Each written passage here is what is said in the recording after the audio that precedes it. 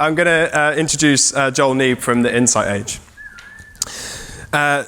Joel is a transformation leader, passionate about preparing businesses for the AI era, leadership experience in executive roles and elite military teams.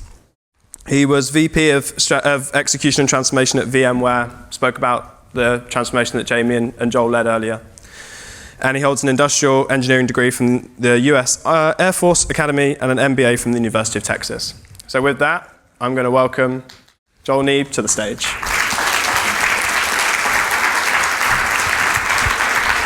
Thank you, sir. Thank you. All right, so I am deeply aware that when they said this is the last session of the day and we heard the woohoo, the woohoo was for the fact that this is the last session of the day and not for me. I know I'm the only thing between you and a cocktail at this point, but we're going to have a fun time talking about the transformation that we led at VMware, the transformations that we're supporting today, and what we can all learn about it. And I think transformation is the perfect word for what we're undergoing as a society right now, what we're undergoing as professional teams, what's called of us in this moment. So David did a great job with my background. Some things I would add, that my real passion is not what I did when I was 22 years old, which is strapped on a $50 million jet fighter, an F-15. It flew faster than the speed of sound, 3 feet away from other aircraft. I loved that experience, but that wasn't my real passion. My passion was in creating elite teams. My passion was in transformations, even from that early age. And the reason was because I was so struck by what had happened to me at 22 years old. Fresh out of the Air Force Academy, 22 years old, went to Columbus, Mississippi with 30 people that were driving cars one day and then went through this flight training program. I want you to understand what that transformation feels like. And so to give you an idea of what that feels like, this is a little surprise, but Workboard has arranged for all of you to learn how to fly. Isn't that fantastic? So here's what's going to happen. You're going to learn how to take off here. You're going to learn how to land in San Francisco on a foggy day. You're going to learn how to pull 6 G-forces. By the way, that means 6 times the force of gravity, so my 200-pound body weighs 1,200 pounds in that airplane. You're going to learn how to do acrobatics. You're going to do a loop. You're going to do a Cubanate. You're going to do an Immelman. You're going to do a cloverleaf. You're going to fly 3 feet away from another aircraft. Not 4 feet, not 2 feet, 3 feet away. We're going to go up in a 90 degrees of bank, and it's going to look like my plane is falling on top of yours, and you're going to keep it right there. But oh, by the way, there's 2 other planes, one here and one here. How long is it going to take me to teach you to do all of those things in the airplane by yourself? How long until that happens? What do you think? Someone said never. Years.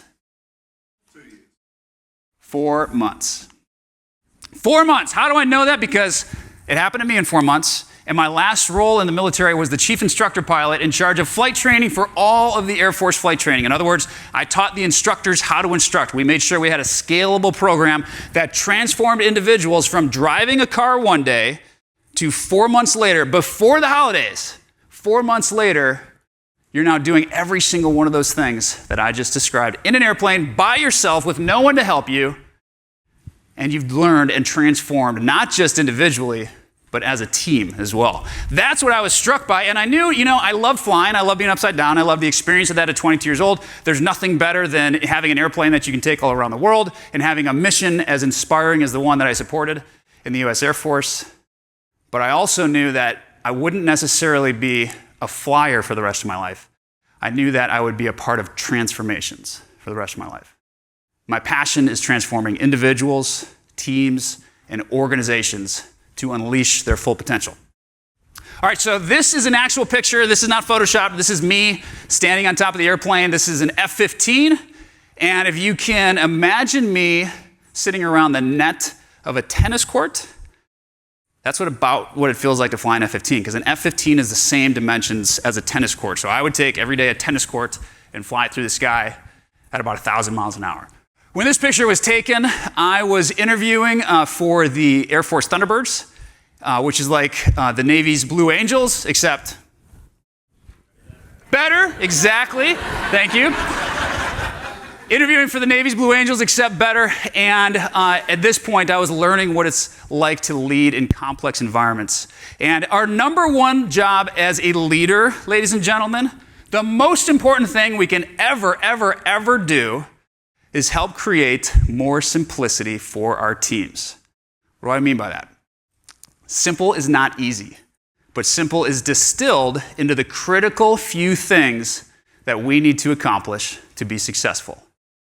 And our challenges start out simple. We start out with our companies as sitting around a table, just a few of us, and we can have simple conversations. We know some simple outcomes that we're looking to drive. But what happens as we're successful? What happens as growth occurs? Complexity increases. We move from this simple environment to now we have teams that are all across the world and we're selling amazing things and we do a couple of acquisitions and gosh, we sure love the success and isn't this amazing? But at the same time, holy cow, things have gotten really complex. Things have gotten really challenging. And now we drop a pandemic on our teams and we all go to remote operations and we move away from each other. We have 70% attrition. We're no longer with the same team that we started with. Do you feel the complexity? Do you feel the chaos that our teams are dealing with right now? What's our number one job as a leader? To move from way over there back to the world where our teams know how to simply execute. What are the critical few things that I need to do to be successful? And that's the hardest thing that we can possibly do right now because we're way over there in the land of complex and we're leading from the days when things were simple and it's not working and our CEOs don't understand because they're giving inspiring speeches and that's all they needed 10 years ago. And they're telling their teams, I'm giving you the autonomy. You figure it out. Why are you not figuring this out? I did. 10 years ago, I was able to figure this out. Why is this not working? And we miss the fact that the complexity has increased so much that leadership style rings hollow. That empowerment that our CEOs are giving at this point feels like abandonment. It feels like we've left them with no way to create that alignment, to create that accountability, to create that transparency. All the things that we took for granted 10, 12 years ago when the companies were smaller, when we weren't dealing with all this complexity, that's what they're facing today. The fox and the hedgehog.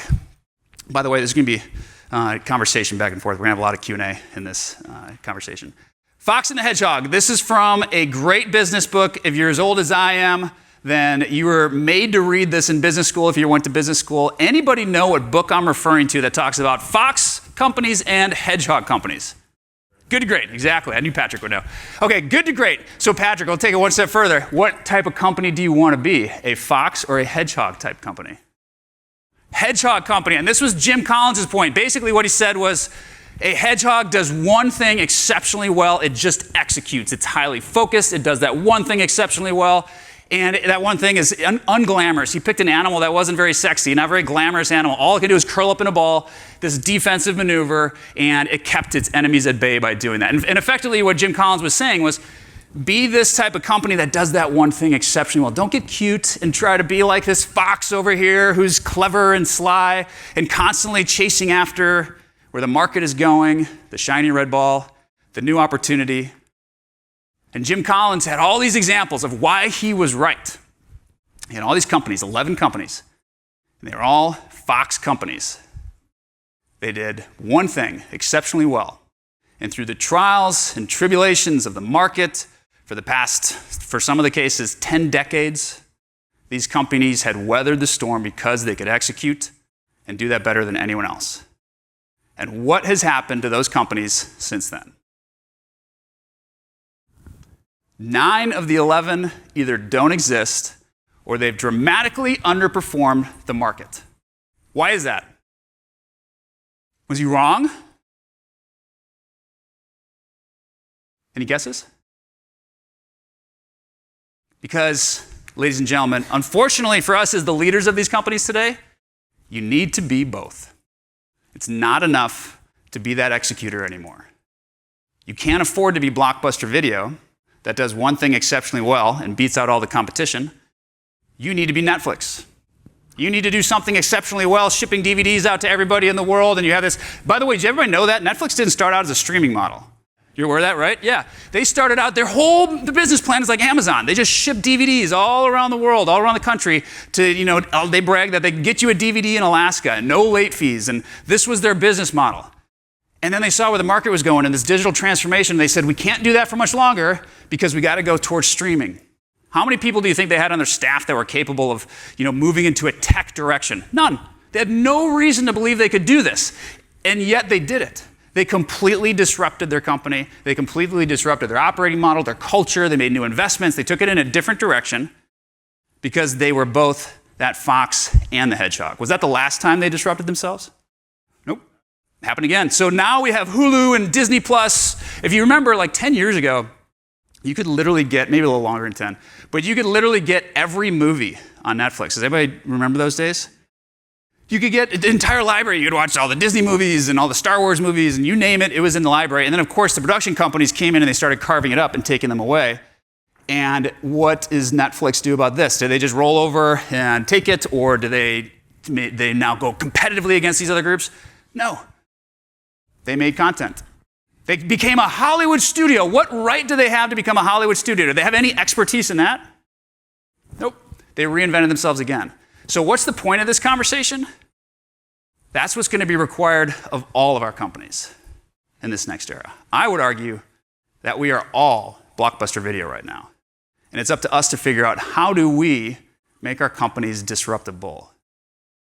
Meta had a great quote 10 years ago where they said, build fast and break things. Have you heard that quote? Go as fast as you can. What he's basically saying, Zuckerberg was saying, don't worry about efficiency. It's about network effects. Just get sticky. We need to see that hockey stick revenue chart go off the chart and as much revenue as possible. It's a winner-take-all market, scorched earth market share. So go as fast as you can and just get as much market as you can. And absolutely right. By the way, 10 years ago, that was a brilliant way to approach things. That's the opposite of what we should do today. Today, we need to think about how we can build fast and be breakable. Build fast and then make the adjustment when AI, when the challenges of our exceptionally fragile companies that we're in right now, that are all living in chaos that we talked about way over there, exceptionally fragile, when those challenges come about, that we're able to disrupt them and take them into a new direction. So Jamie, you got to hear from hopefully in those breakout sessions. She talked a little bit about the transformation we led at VMware. I want to talk a little bit about the book that we wrote called The Insight Age. And before we do that, we'll talk a little bit about the age that we would argue we're leaving right now, the information age. The last 20 years of the information age, what got commoditized? What all of a sudden became accessible to everybody? Data, yeah. I'll give you an example. So I had a friend named Andy in high school, and Andy was just a brilliant sports enthusiast. So literally, he knew every sports stat you could ever imagine. And my friends and I would wake up in the morning, watch SportsCenter, and then we'd go to school, and at lunch we'd debate about, who was the better player and have these conversations. And whenever we reached an impasse and we couldn't remember something, we'd call up Andy, and we'd say, Andy, who had more home runs last year? Was it Ken Griffey Jr., or was it Mark McGwire? Who's the better home run hitter? And Andy would spout off some name, and he'd be right. So how often do you think I've called Andy in the last 10 years, 20 years with that question? Not at all. We all just understand we live in a world where at our fingertips, we have all the information that we could ever want, right? Now, do you feel wiser because of that, by the way? I don't feel any wiser for the fact that I have information at my fingertips. Matter of fact, I feel like very often I'm drowning in data and starving for insights. So we've gotten used to having Andy in our pocket. Have you ever seen the movie Moneyball? In Moneyball, we've got the coach of the Oakland Athletics. It's Brad Pitt, strapping coach, and he's got the lowest budget in baseball, and he's got to compete and go find all these other players and woo them over to his team, and they never go to the playoffs, and they're this terrible team, and here comes this frumpy Jonah Hill character. And what did Jonah Hill do for the baseball team? Do you remember? He showed up with this insight. He said, don't go after that 6'5", good-looking baseball player that looks good on a baseball card. Go after some of those players that 5'10", 5'9", they have a smaller strike zone. They're higher on-base percentage. And we've run the numbers. I've got an insight for you. You're going to be able to win more games at a lower cost and spread your budget out further. In other words, he gave him this incredible insight from the data that he'd analyzed. And what a great opportunity that was. So the coach took that information. He then went on to win 20 games, which became a record, consecutive games for that season, and went to the playoffs for the first time in like a decade. And they made a book about it. And Michael Lewis Wrote the book, and then the Moneyball movie came out as well. Here's where I'm going with this. In the future, we won't just have Andy in our pocket. We will have the Jonah Hill character in our pocket. We will have access to ideas and insights, commoditized, universally accessible. Your brilliant idea that you've never told anyone, that you keep to your chest and you haven't ever told a soul, and this is the business you're going to create someday. Somebody on the other side of the world is 10 seconds away from creating that same idea. That's what we're entering with AI. And when people test me on this, they'll say, I don't know about that. Do you think so? And I'll say, I'll show you why I know that's true. Take your brilliant idea that you love, that you think is so great. We're going to put it into an AI tool, and we're going to ask it to improve it. And it will, every time. Your idea you've been nursing for 30 years is going to get better in 10 seconds. So we need to get our egos past the fact that this era is going to be about coming up with good ideas, and we need to win in different ways. So the information age was commoditized information, keys to success. Let's go digital as fast as we can in the past 20 years. Implementation of technology, digital transformation, user experience. We never talked about user experience before 20 years ago. If I sell you something, it's up to you to figure out your experience, right? The end is the deal. Like, I don't have customer success. I mean, you can call me up and I'll give you a tip on how to use it, but that's about it. 20 years ago, we decided, nope, we're now going to own the territory after the sale, especially in tech, and we're going to actually provide you an experience that's catered to the outcome that you're looking to drive. And we all just got used to that. We brought entire teams to help do that. Reinventing your business models like Netflix. Got to become that fox and not just a hedgehog anymore. And then I need a ton of data and a small army of Peter Brands, who's the character in Moneyball, the Jonah Hill character. I need a small army of them to try to tease out some of the insights so I can turn that data that you told me was so valuable. It doesn't really feel valuable, but you told me it was so valuable, and I can pull a few insights from it and maybe use that to be successful in the future. And we have cautionary tales. Who didn't make it through? There's no reason why we shouldn't be going to Sears.com today and doing Sears Prime purchases. When I was a kid, I used to open up the Sears catalog. Anybody else old enough to remember that? Yep. You'd open the Sears catalog, and you'd pick out your Christmas presents, and you'd get other things from it, and you'd circle it. Like, literally, this was the exact model we do on Amazon today. It's this exact same thing. All they had to do is lift and shift it and move it over here, but they weren't able to do that because they couldn't disrupt themselves. Because when this .com technology came along, they weren't able to make the leap. And of course, they had a website, but we all went there. If you went there in the early days, it was one of those counter websites. Remember those when it shows a counter? And it'd say, like, you're the 9,000th person to visit this. There's no functionality. It was literally just you showed up and you're this number on it. We're entering an era that I would argue is going to be exponentially more disruptive than the one we just left. So let's talk about what it's going to take to succeed in this era. What's being commoditized? Ideas, insights. What are the keys to success? Now I have to have strategic agility. I have to have continuous learning. I have to have something like Workboard that allows me to map out where my future is, where I want to be, and the path to get there. Because we know that that path will change. We know that maybe even that destination will change, just like it had to with Netflix. But I can't change that until I've mapped it out. I can't turn that insight into impact until I have an operating model that allows me to accomplish that. We have to integrate not just technology, but our culture and our operating model together. We have to have a customized user experience at scale. Let me tell you what that means. How many sectors do you sell into? Do you break your markets up into sectors and different groups? Yep. Throw out a number. How many sectors do you sell into right now? How does your company break it up? 3, okay? 4. What if I told you the new breakup of sectors is going to be by customer in the future? Why? Because you will be able to have a customized approach for every single customer that you work with that is not tailored to customers like them, that is not tailored to people in their industry, but is tailored to that customer with their unique challenges. We're already doing this with AI. We'll build out proposal generators, and we'll upload the conversations we're having with that customer, and it'll generate a proposal, not for customers like them, not for folks who've done this before, for that customer.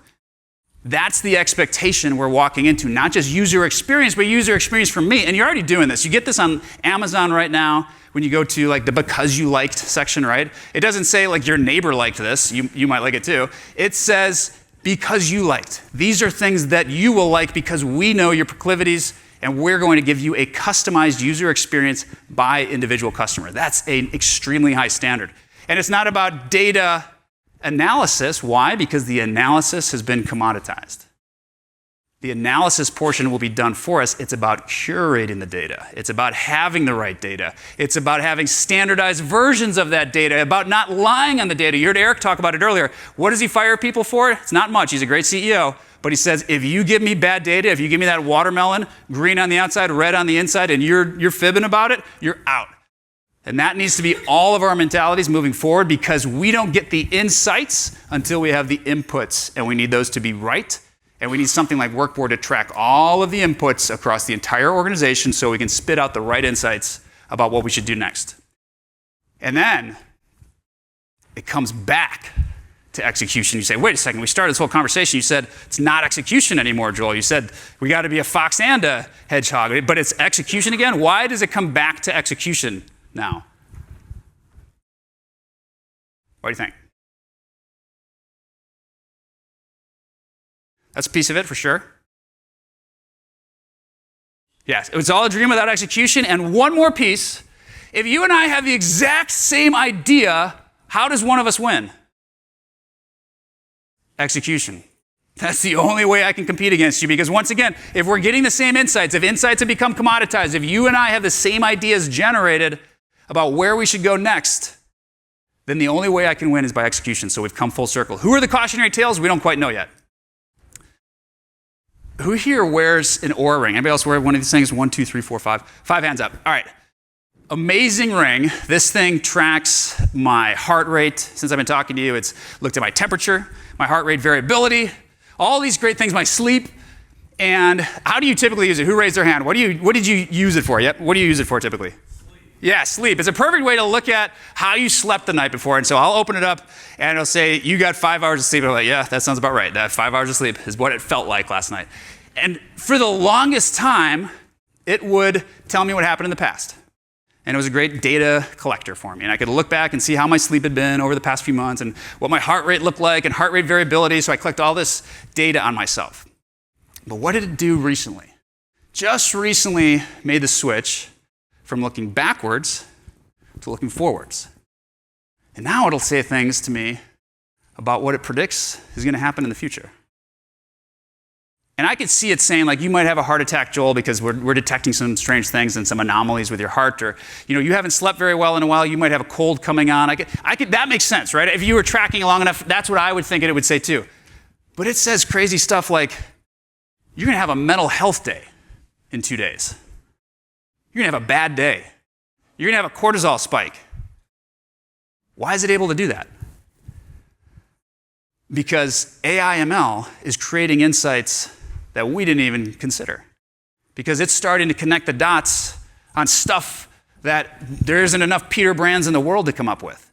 That's the world we're going into, where now I can predict the future and predict insights for what's going to happen down the road based on the data I've collected in the past. But here's the most important question. Who in this room is going to get to know whether they've got a mental health day coming in 2 days? Raise your hand. How many hands will be raised? Guess. How many people will be able to know?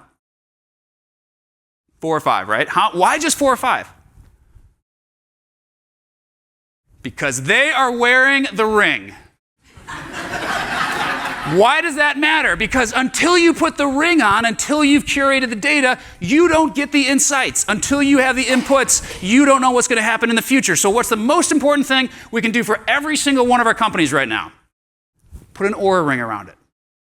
Track your inputs, track your successes, track your customer stories, track your strategy, track your OKRs, track what's going well, track what's not going well, so that you have that data, just like I have 5 years of wearing this ring, to be able to tell me what I need to do in the future, to give me an insight about what's going to happen 2 days from now, so I can better make decisions about that time frame. What do you think about that? By the way, what do you think about Oura Ring?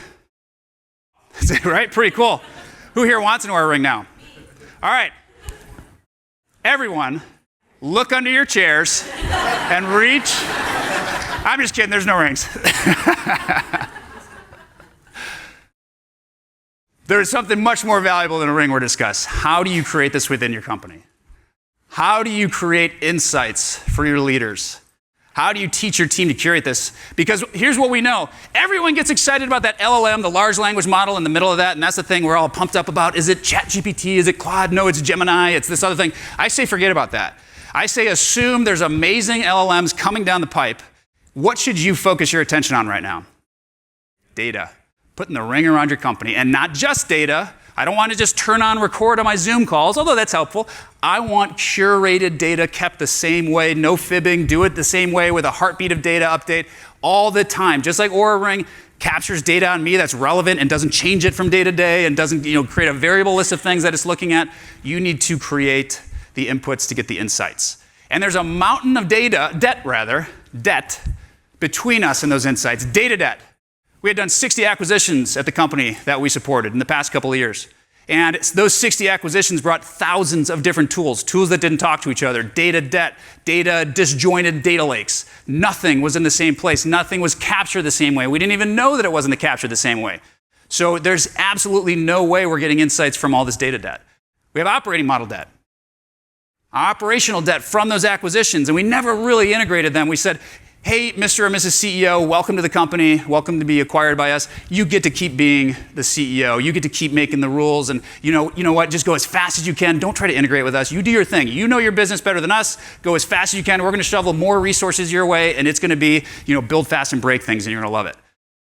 And then now we said we're no longer selling pieces and parts and products. We're selling outcomes because it's a customized user experience that happens to include our products, and we're scrambling to figure out how to unwind all this operational debt. And then, of course, we already talked about the chaos that our teams are facing, the cultural debt that they're all experiencing. This is what stands between us and the success that we're pursuing. So I showed this slide last year. I'm trying to keep everything as new and fresh as possible, but this is a really important one. Thank you. When we did this with the previous company, we said, you're going to have to change everything you do within the company. We're doing a SaaS transformation, and that means we're going away from functional teams, away from accepting complexity, away from the sale being the goal line, away from selling on features and hype, into a world where we have to minimize the path to value for the customer, where we're now selling on outcomes that happen to include our products, where we have to have cross-functional alignment in culture and operating model, and everything that everyone does in the company will change by the time we're done. What CEO would be excited to hear that news? Not too many of them. And so this goes back to, how do we pitch this to our leaders? How do we have the conversation about where we need to go? And by the way, they wanted to go there still. Like, this was their idea, it wasn't our idea. And yet they couldn't accept just how much change this was going to require, because they didn't want to accept that. They wanted to SaaSify our contracts. Can we just change the ACV to, per month? Won't that do it? And wait a second, now we can't track where our products are being used, and I got to pay by the drink on this, but I can't figure out how to charge for it. And how do we pay our sales teams on all these things? So the chickens were coming home to roost on our inability to solve this challenge. And our leaders, of course, didn't want to pursue this. So this is the most important part. When you're doing these transformations, you have to make revolutionary change feel evolutionary. You have to allow your leadership team to see this great place you're going to take them to, but also tell them, we're going to have stops along the way that you're going to love. So we had 60 QBRs at our company, 60 QBRs. Every quarter, you go across continents and you go listen to a QBR. You sit through 100 slides with motivational quotes and funny jokes and some look back in the previous quarter, a little bit of idea of what we're going to do next quarter. Everybody has a lot of cocktails and hangs out in person. And then we leave and we're like, I don't quite know what I'm supposed to do this quarter, but I'm going to do the same thing I did last quarter. If you wanted to know the strategy of the entire company, what did you have to do? Sit through 60 QBRs. Sit through 60 QBRs which weren't even that focused in the first place. And now, with what we do with Workboard and this transformation process, is our first stop is transparency. And you tell your CEOs, would you like to be able to peek into your leaders' brains, not the 60 slide deck, not the whatever lip service you're getting as to what they're doing right now, but see what they're telling their teams today about what the most important things are to focus on. And the CEO's like, yeah, I would love that. That's where we're stopping. That's our first stop on this journey to the summit. Transparency opens our eyes to what's actually taking place. And our leaders have to now distill Remember, simple's not easy. And they have to distill their 60 slide deck into 3 objectives and a couple KRs. And they have to say, that's what we're coaching our team on what they're going to do. What does transparency expose every single time? Misalignment. Yep, someone over here said it. Exposes, get used to saying this phrase. It doesn't create that problem, it exposes it. Because your leaders are going to pull their hair out and they're going to say, oh my gosh, you're going that way, I thought we were going that way, and now this stupid OKR program, this is creating all of this misalignment, it's creating all of this confusion. What is it really doing? It's exposing it. This is like going to the doctor and saying my leg hurts and getting an x-ray, and the doctor says, it looks broken, and you said, your x-ray broke my leg. We need to teach our leaders that these are the problems they're already enduring. We need to teach our leaders that in this next era that we just said is going to be so disruptive that they are extremely fragile right now as an organization, and they need to prepare for this, and this is the only way. Alignment occurs when we start to connect the dots across the company. I don't know any other, I'm not pitching Workboard, by the way, I don't sell Workboard, but I love the fact that it's the only thing in the universe that can give you a snapshot of your alignment across the company. And we'll routinely see companies that have like 5% alignment across the cross-functional teams. And the leaders will push back and say, that's not right. They just didn't put it in there. Like maybe you just didn't add the alignment piece to the equation when you put the OKR in the system. It's probably just, it's a semantic error, it's an admin error. And then we go look at the emails. We see if, are they really communicating with each other? We look at Slack messages and we find out, nope, that's 100% accurate. These teams are not aligned, they're not even talking to each other. It exposes the problem that already exists, and now it's our chance to solve it. So, first stop is transparency. Now we start to build alignment, top-down alignment to our critical few initiatives, cross-functional alignment across the organization. You heard Jamie talk about the leadership cohort where we teach the teams how to do this, because you can't just put this in an OKR. You actually have to bring them together and show them how to work together across the company along the way. Then, it's not just about what we're going to do by the end of the quarter, but how we're going to do it with accountability. So now every 2 weeks, we call it the respiration of the company. You're breathing in the KR updates. All the updates go to the top of the company. You inhale them. And then leadership takes a look at them. They take a look at trends. AI supported. It consolidates trends, tells you what direction we should go next. And then you exhale guidance to the organization. And this respiration continues. Inhaling the KRs, exhaling new guidance. And the guidance, by the way, is something that we can turn into impact very quickly because we have an OKR model, an operating model that's been mapped out, and so when we want to make changes to it, it's a very simple adjustment to what we're currently doing. So that's the model, and the last thing I'll tell you is when you bring AI into the equation, that's when things get super exciting. Because, as I said earlier about the Oura Ring, when we consider what happens when we inhale those KRs and we inhale those inputs and we get new insights, this is like playing chess with a grandmaster whispering in your ear what your next move should be. And you get to consider whether or not you're going to take it. Because finally now we have something like Peter Brand that can wrap its arms around all our data, not just a little bit of it, not just what I remember in the last 2 weeks, because our human brains have a recency bias, not just because I have sunk cost fallacy and I want to stick with my past strategy because I don't want to abandon it right now. All these cognitive things that we deal with as humans, they don't play into what AI is going to tell us to do next. AI looks at the data and gives us the best options for where to go forward, but only if we put that Oura Ring around our company. And then the last thing we'll talk about is how we need to shift the culture from an assembly line, and an assembly line is where I stand in front of my machine and I know my machine better than anybody else. And stuff goes by me, widgets go by me, and as they do, I do something with it and I make it a little bit better. These people down here, upstream, they are slow. They keep making this process take way too long. These people down here downstream, I don't really know what they do, but they drop the ball. They break the things that I send them. I know I'm doing my thing right. Both these directions, some bad things are happening, but that's all I know. There's somebody behind me that's almost as good as me, and when I leave, that person's gonna step up and we're gonna take this role. That's the world that we've been living in as we've been doing build fast and break things. And that's the world that doesn't work when we have to give customized user experience with coherence in our culture and coherence in our operating model. We need to shift to looking at this in terms of how we're raising a child together. We're no longer just getting a widget taken care of in front of our machine. Raising a child takes a mom, a dad, a grandpa, an uncle, an aunt, and a soccer coach and a teacher. And everyone has slightly different functional perspective on how to raise the kiddo, but we're all responsible for the kiddo, right? If they don't show up to soccer practice, the soccer coach doesn't say, those dumb teachers, they never let them out. We go track that kid down and we make sure that we figure out what happens. But we only have that shared mission when we shifted the culture to move from functional identity to cross-functional alignment, to shared responsibilities, to shared ownership for that organization. Why is this so important? Sounds tough, and it is tough. First of all, it's downside risk mitigation. We have to do this because these next few years are going to be so disruptive that we have to make our companies less fragile. And then, of course, the bigger option, the best opportunity, is that AI will make everything easier when we do this as well. I already see it. I have 10 use cases I can tell you of companies 100% transforming within months because they've done the hard work of putting the Oura Ring on and then leveraging the insights that they get from there. How disruptive is this going to be? And some of you are saying, I've used AI, Joel. It's wonky. It hallucinates. It writes my email a little bit better for me, I guess, than I could. And I totally get it, and I understand your perspective, and I hear it a lot. It reminds me of the dot-com age when they were trying to predict, like, how is dot-com really going to impact things, and what is it really going to do for us? And we didn't really know at this point in time. We're going to hear from some experts on what they predicted dot-com was going to do to our companies way back in 1995.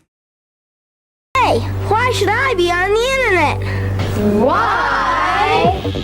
Well, by the time we're in college, the internet will be our telephone, television, shopping center, and workplace. And it's already got more stuff in it than you could possibly imagine. In less than an hour, you can visit the planet Jupiter, take a tour of the Sistine Chapel, do research on the rainforest, get soccer scores for a team in Italy, chat with a friend in Australia, and I even found a recipe for cat food cupcakes. It is as much a part of the future as we are. Shouldn't everybody be on the internet? Yes! Yes. Cat food cupcakes, right? Who's excited? So keep in mind, when this was made in 1995, and this is pretty much how everybody thought about the internet. What's it going to be? It's super nascent technology. I don't quite know how it's going to impact things. We knew it would, but we didn't quite know how. Within a year or two, everyone knew the names Yahoo. Everyone knew Amazon. Everyone knew Google. And so the disruption is coming. The born in AI companies are just around the corner. And we're all Sears and Blockbuster right now. We're all going to be judged on how we can disrupt ourselves, on how we can take this as an opportunity and map out our operating model, get our culture to be more coherent, reduce our data debt so we can become an insight factory with leadership that prioritizes those insights and communicates them broadly to a change-ready company, not change-weary, and then an operating model that turns insight into impact immediately. That's how we'll be judged in this next era, which is hard and scary and difficult, but the most important part is it's our biggest opportunity. As a fighter pilot, I always hoped for bad weather on my missions. Why did I always hope for bad weather on my missions? Someone said it. Because I am better prepared. I don't like flying through a thunderstorm. My call sign is Thor, and I got it because I got my commander struck by lightning. We flew through a thunderstorm. Terrible story. I hate thunderstorms, but I know I'm prepared for it. And I know I will have outsized victories during stormy weather because I'm better prepared for that moment. Or as Littlefinger said in Game of Thrones, chaos is a ladder. Chaos is not just a pit that we can find ourselves caught in. When we do this right, this moment, chaos, because we said it's chaotic, is our biggest opportunity that any of us will face in our business careers, to climb higher and to get outsized victories beyond anything that we've ever seen in the past. With that, I'd love to connect with all of you. Feel free to LinkedIn, connect with me. That's where I do most of the conversations. Book's coming out in about 8 weeks. The book is going to be way too long, 120,000 words, but it's about stuff that we all care about, so I think that you'll get a kick out of it. I don't care how many copies I sell. It's about the transformation that Jamie and I are leading, Jamie, my co-author, on this process. Thanks for your time.